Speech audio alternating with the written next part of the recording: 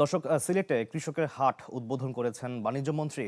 এই বিষয়ে বিস্তারিত জানাতে আমাদের সঙ্গে যুক্ত হয়েছেন আমাদের সহকর্মী আজহার উদ্দিন শিমুল। শিমুল, জানাবেন উদ্বোধনী অনুষ্ঠানের খবর। আমি ভরসা রাখি হিরন স্মার্ট ওয়াটার পিউরিফায়ারে।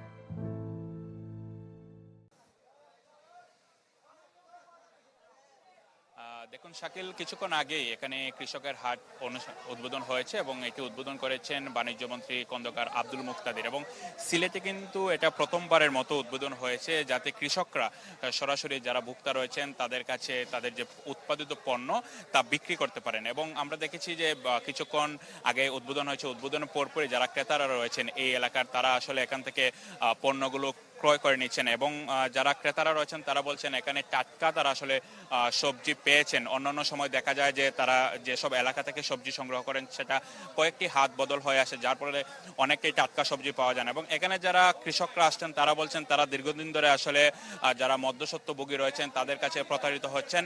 এবং জেলা প্রশাসন যেহেতু এটা প্রথমবারের মতো আয়োজন করেছেন তারা কৃতজ্ঞতা প্রকাশ করেছেন। একই সাথে বলছেন তারা এখন ন্যায্য মূল্যে তারা গ্রাহকদের কাছে এই পণ্যগুলো বিক্রি করতে পারবেন। এখানে কৃষি বিপণন অধিদপ্তরের একটি চার্টও টাঙানো হয়েছে যাতে এখানে যারা বাজার করতে আসবেন তারা সহজে পণ্যের দাম দেখে পণ্যগুলো নিতে পারেন। এবং এখানে সিলেট অঞ্চলে যে স্থানীয়ভাবে উৎপাদিত যে পণ্যগুলো রয়েছে, বিশেষ করে কাঁচামরিচ, মিষ্টি কুমড়া, মিষ্টি আলু, ঝিঙ্গা, দুন্দল সহ অন্যান্য যে খাদ্যপণ্যগুলো রয়েছে সেগুলো আসলে নিয়ে আসছেন এখানে যারা কৃষকরা রয়েছেন।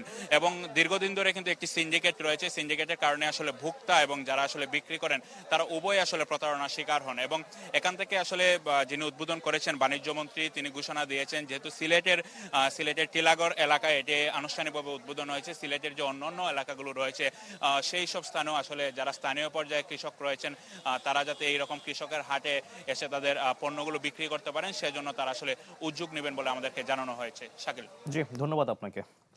দর্শক, সিলেট থেকে যুক্ত হয়েছিলেন আমাদের সহকর্মী